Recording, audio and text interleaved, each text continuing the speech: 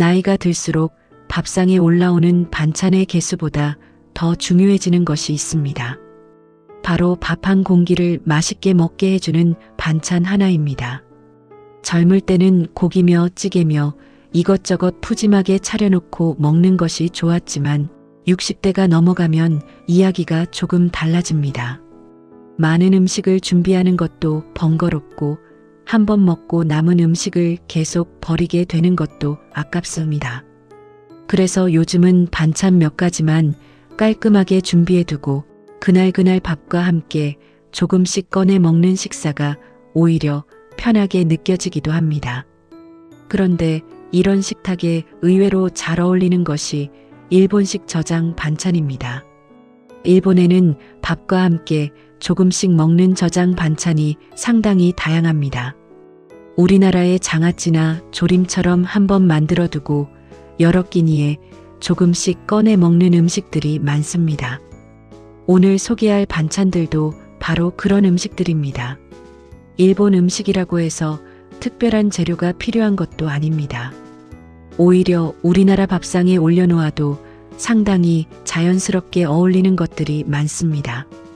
그 중에서도 첫 번째로 소개할 반찬은 바로 매실장아찌, 일본에서는 우메보시라고 부르는 음식입니다. 붉은색의 매실장아찌를 보면 처음에는 조금 시고 짤 것 같다는 생각이 들 수 있습니다. 실제로 우메보시는 새콤하고 짭짤한 맛이 강한 음식입니다. 그런데 흰쌀밥과 함께 먹으면 이야기가 달라집니다. 밥 한 숟가락을 입에 넣고 매실장아찌를 아주 조금 곁들이면 강한 새콤함과 짠맛이 밥의 담백함과 어우러집니다. 특히 입맛이 없어서 밥을 많이 먹기 싫은 날에는 이런 강한 맛의 반찬이 오히려 식사를 단순하게 만들어주기도 합니다. 다만 여기서 중요한 것은 많이 먹는 것이 아닙니다. 매실장아찌는 맛이 강하기 때문에 작은 한 조각만으로도 충분합니다. 밥 한 공기를 놓고 반찬을 여러 가지 꺼내는 대신 매실장아찌 조금, 다른 담백한 반찬 하나 정도만 곁들여도 꽤 만족스러운 식사가 됩니다. 집에서 만들 때도 매실을 소금에 절여 숙성하는 기본 방식이 있지만 처음부터 많은 양을 만들기보다는 시판 제품을 활용해 맛을 경험해 보는 것도 좋습니다. 그리고 짠맛이 강하다면 그대로 많이 먹기보다는 밥과 함께 조금씩 먹는 것이 좋습니다. 두 번째는 우리나라 사람들에게도 상당히 익숙한 재료입니다. 바로 우엉입니다. 일본식 우엉조림은 킴피라 고보라고 부르는데 가늘게 채 썬 우엉을 간장과 설탕 등을 이용해 볶아내는 방식입니다. 우리나라 우엉조림과 비슷하면서도 조금 다른 매력이 있습니다. 우엉 특유의 아삭한 식감과 달콤하면서 짭짤한 양념이 어우러져 밥과 상당히 잘 맞습니다. 특히 이 반찬의 장점은 식감입니다. 부드러운 반찬만 계속 먹다 보면 식사가 조금 심심하게 느껴질 수 있는데 우엉조림은 씹을 때 특유의 식감이 살아있습니다. 우엉을 가늘게 썰어 간장, 설탕이나 맛술 등을 넣고 볶으면서 양념을 배게 하면 됩니다. 여기에 참깨나 고춧가루를 약간 더하면 우리 입맛에 맞게 조절할 수도 있습니다. 그리고 우엉조림을 만들 때 한 가지 기억해 둘 것이 있습니다. 양념을 지나치게 진하게 하지 않는 것입니다. 밥과 함께 먹는 반찬이기 때문에 너무 달거나 짜게 만들면 몇 번 먹고 금방 질릴 수 있습니다. 처음에는 간을 조금 담백하게 하고 부족한 부분만 나중에 조절하는 것이 좋습니다. 이렇게 만들어둔 우엉조림은 밥 반찬으로 먹어도 좋고 김밥이나 주먹밥을 만들 때 넣어도 잘 어울립니다. 매실장아찌가 강한 맛으로 입맛을 깨워주는 반찬이라면 우엉조림은 씹는 재미와 은은한 단맛으로 밥을 계속 먹게 해주는 반찬이라고 할 수 있습니다. 그런데 일본식 반찬에는 여기서 조금 재미있는 재료가 하나 더 등장합니다. 바로 생강입니다. 생강이라고 하면 보통 음식의 잡내를 없애거나 양념에 조금 넣는 재료라고 생각하기 쉽습니다. 하지만 일본에서는 생강 자체를 절여 반찬처럼 먹기도 합니다. 그중 우리에게 익숙한 것이 바로 생강절임, 가리입니다. 그렇다면 생강절임은 밥과 어떻게 어울릴까요? 이어서 세 번째 반찬으로 넘어가 보겠습니다. 그렇다면 생강절임은 밥과 어떻게 어울릴까요? 생강절임은 앞에서 소개한 두 가지 반찬과는 성격이 조금 다릅니다. 달고 짭짤한 조림 반찬이라기보다 새콤하고 알싸한 맛이 특징입니다. 일본에서는 초밥이나 생선 요리를 먹을 때 곁들이는 경우가 많지만 입맛에 따라 밥과 함께 조금씩 먹어도 괜찮습니다. 특히 기름진 음식을 먹은 뒤 입안을 깔끔하게 정리해주는 느낌이 있어 여러 음식 사이에 곁들이기 좋습니다. 생강절임은 얇게 썬 생강을 식초와 설탕, 소금 등을 이용한 절임물에 담가 만드는 것이 기본입니다. 생강의 알싸한 맛이 부담스럽다면 너무 두껍게 썰지 않고 얇게 써는 것이 좋습니다. 또 설탕을 지나치게 많이 넣기보다는 새콤한 맛과 은은한 단맛이 어우러지는 정도로 맞추면 훨씬 깔끔합니다. 시판 생강절임도 쉽게 구할 수 있기 때문에 처음부터 직접 만들 필요는 없습니다. 조금씩 사서 밥상에 올려보고 자신의 입맛에 맞는지 확인하는 것도 좋은 방법입니다. 60대 식탁에서 생강절임이 유용한 또 하나의 이유는 반찬의 역할을 나눌 수 있기 때문입니다. 우엉조림처럼 묵직한 반찬이 있다면 생강절임은 그 사이에서 입맛을 환기해 줍니다. 반찬이 전부 비슷한 맛이면 아무리 맛있어도 금방 질리지만 서로 다른 맛을 조금씩 준비하면 적은 반찬으로도 식탁이 훨씬 풍성하게 느껴집니다. 그리고 네 번째 반찬은 일본식 저장 반찬의 특징을 가장 잘 보여주는 음식 중 하나입니다. 바로 다시마조림입니다. 일본에서는 다시마를 곰부라고 부르고 다시마를 간장과 설탕 등으로 진하게 졸인 것을 곰부 스쿠단이라고 합니다. 우리나라에서도 다시마는 국물을 낼 때 많이 사용하지만 일본에서는 다시마 자체를 반찬으로 만들어 먹기도 합니다. 잘게 썬 다시마를 간장과 맛술, 설탕 등을 넣고 천천히 졸이면 윤기가 나는 진한 조림이 됩니다. 맛은 짭짤하면서도 감칠맛이 강합니다. 그래서 정말 조금만 밥 위에 올려도 맛이 확 살아납니다. 특히 혼자 식사할 때 이런 반찬이 편리합니다. 밥을 한 공기 준비하고 다시마 조림을 작은 접시에 조금 덜어 놓으면 별다른 반찬을 많이 꺼내지 않아도 됩니다. 여기에 김이나 계란 정도만 곁들이면 간단한 한 끼가 됩니다. 다시마 조림을 만들 때도 마찬가지입니다. 너무 짜게 만들기보다는 밥과 함께 먹었을 때 간이 맞는 정도가 좋습니다. 또 한 번에 많은 양을 만들어 오랫동안 두기보다는 적당한 양을 만들어 냉장 보관하면서 위생적으로 관리하는 것이 좋습니다. 그리고 다시마 조림은 밥 반찬으로만 생각하지 않아도 됩니다. 잘게 다져 주먹밥에 넣거나 따뜻한 밥에 조금 섞어 먹어도 좋습니다. 이처럼 하나의 반찬을 여러 가지 방법으로 활용하면 음식 준비에 드는 수고도 줄일 수 있습니다. 지금까지 매실장아찌, 우엉조림, 생강절임, 다시마조림까지 4가지를 살펴봤습니다. 그런데 아직 마지막 한 가지가 남았습니다. 이 반찬은 우리나라에서도 상당히 익숙한 재료를 사용합니다. 바로 멸치입니다.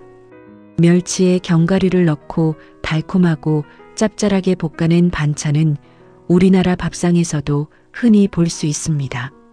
그런데 이것을 일본식 스쿠다니 느낌으로 조금 다르게 만들어 보면 또 다른 밥도둑 반찬이 됩니다. 멸치와 견과류를 함께 볶고 간장, 맛술, 설탕이나 올리고당 등을 넣어 윤기가 나도록 졸여주는 방식입니다. 우리나라 멸치볶음과 비슷하지만 양념의 농도와 재료에 따라 맛이 달라집니다. 특히 견과류가 들어가면 멸치만 볶았을 때보다 씹는 맛이 좋아집니다. 밥 위에 조금 올려 먹어도 좋고 주먹밥이나 김밥에 넣어도 잘 어울립니다. 무엇보다 냉장고에 이런 반찬 하나가 있으면 바쁜 날 식사 준비가 훨씬 간단해집니다. 그런데 마지막 반찬에서 우리가 꼭 생각해 볼 것이 있습니다. 밥도둑 반찬이라고 해서 많이 먹어야 하는 것은 아니라는 점입니다. 오히려 이런 반찬은 조금씩 먹을 때 그 매력이 더 살아납니다. 그렇다면 마지막으로 이 5가지 반찬을 어떻게 활용하면 가장 간편한 밥상이 될 수 있을까요? 이제 마지막으로 정리해 보겠습니다. 그렇다면 이 5가지 반찬을 어떻게 활용하면 가장 간편한 밥상이 될 수 있을까요? 가장 중요한 것은 한꺼번에 많은 반찬을 준비하지 않는 것입니다. 예를 들어 오늘은 우엉조림과 생강조림을 꺼내고 다음 식사에는 다시마조림과 멸치견과류 조림을 꺼내는 식으로 조금씩 바꿔 먹으면 됩니다. 매실장아찌는 특히 맛이 강하기 때문에 작은 접시에 조금만 덜어 놓아도 충분합니다. 이렇게 하면 매번 새로운 반찬을 만들지 않아도 식탁의 느낌을 바꿀 수 있습니다. 그리고 5번째 반찬인 멸치견과류 조림은 우리나라 사람들에게 가장 친숙한 일본식 밥도둑 반찬이라고 할 수 있습니다. 멸치의 짭짤한 맛에 견과류의 고소함이 더해지고 여기에 간장과 단맛이 살짝 어우러지면 밥과 상당히 잘 맞습니다. 만드는 방법도 어렵지 않습니다. 멸치를 먼저 마른 팬에 살짝 볶아 비린 맛과 수분을 날려줍니다. 그 다음 견과류를 넣고 함께 볶다가 간장, 맛술, 설탕이나 올리고당을 넣습니다. 양념이 멸치에 골고루 배고 윤기가 돌 때까지 볶아주면 됩니다. 여기서 중요한 것은 불을 너무 세게 하지 않는 것입니다.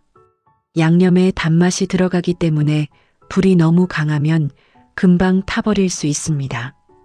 그리고 견과류는 취향에 따라 아몬드, 호두, 땅콩 등을 사용할 수 있습니다. 냉장고에 있는 재료를 활용해도 좋습니다. 이렇게 만들어둔 멸치견과류 조림은 밥 반찬으로 먹는 것뿐만 아니라 주먹밥을 만들 때 활용하기도 좋습니다. 밥에 잘게 부순 멸치조림을 넣고 김가루를 조금 섞어 동그랗게 뭉치면 간단한 한 끼가 됩니다. 특히 혼자 식사하는 날에는 이런 방식이 꽤 편리합니다. 오늘 소개한 5가지를 다시 한번 살펴보겠습니다. 첫 번째는 새콤하고 짭짤한 매실장아찌입니다. 강한 맛 덕분에 밥 한 공기에 작은 조각 하나만 곁들여도 충분합니다. 두 번째는 아삭한 식감이 매력적인 우엉조림입니다. 달콤하고 짭짤한 양념이 우엉에 배어 밥과 잘 어울립니다. 세 번째는 새콤하고 알싸한 생강조림입니다. 조림 반찬 사이에서 입안을 깔끔하게 해주는 역할을 합니다. 네 번째는 감칠맛이 진한 다시마조림입니다. 조금만 밥에 올려도 맛이 진하기 때문에 간단한 식사를 할 때 활용하기 좋습니다. 그리고 5번째는 멸치견과류 조림입니다. 우리에게 익숙한 멸치볶음에 고소한 견과류와 일본식 스쿠다니 느낌을 더한 반찬입니다. 이 5가지의 공통점은 의외로 단순합니다. 거창한 요리가 아니라는 것입니다. 특별한 날에만 먹는 음식도 아니고 몇 시간씩 주방에 서 있어야 하는 음식도 아닙니다. 밥 한 공기를 놓고 작은 접시에 반찬을 조금씩 덜어 먹는 것. 바로 그런 소박한 식탁에 잘 어울리는 음식들입니다. 사실 60대가 되면 식사도 조금씩 달라지는 것 같습니다. 예전처럼 많은 음식을 차려놓는 것보다 내가 먹을 만큼만 준비하고 남기지 않고 편하게 먹는 것이 더 중요해집니다. 반찬도 마찬가지입니다. 냉장고를 열었을 때 먹을 것이 너무 많으면 오히려 무엇을 먹어야 할지 고민하게 됩니다. 반대로 밥과 잘 어울리는 반찬 몇 가지만 준비되어 있으면 식사 준비가 훨씬 단순해집니다. 오늘 소개한 일본식 반찬들도 바로 그런 관점에서 바라보면 좋겠습니다. 일본 음식이기 때문에 꼭 따라 해야 하는 것이 아니라 우리가 평소 먹는 밥상에 한두 가지 새로운 방법을 더해보는 것입니다. 우엉조림은 우리식으로 조금 더 매콤하게 만들어도 되고, 멸치조림은 평소 좋아하는 견과류를 넣어도 됩니다. 생강조림도 입맛에 맞게 새콤함과 단맛을 조절할 수 있습니다. 결국 중요한 것은 정답이 아니라 내가 편하게 먹을 수 있는 밥상을 만드는 것입니다. 그리고 밥 한 공기를 맛있게 먹게 해주는 것은 꼭 비싸고 특별한 음식일 필요가 없습니다. 작은 매실장아찌 하나, 아삭한 우엉조림 한 젓가락, 새콤한 생강조림 조금, 진한 다시마조림 한 숟가락, 고소한 멸치견과류 조림 한 젓가락. 이런 소박한 반찬 몇 가지가 오히려 매일의 식사를 즐겁게 만들어줄 수 있습니다. 오늘 소개한 5가지 가운데 여러분은 어떤 반찬이 가장 마음에 드시나요?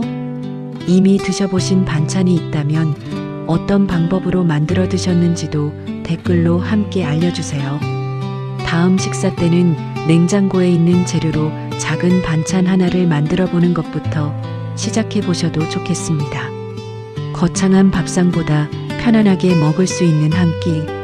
나이가 들수록 그런 식사가 더 소중해지는 것 같습니다.